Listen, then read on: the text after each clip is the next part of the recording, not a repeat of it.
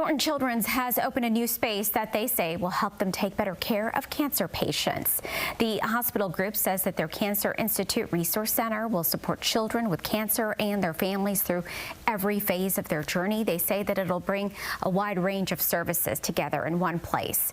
Their goal is to combine medical care with emotional, educational, and financial support programs. Is there anything better as a family or a parent than a connection with someone else who knows your plight, who can sympathize with you, who can give you hope? That's what this place is about.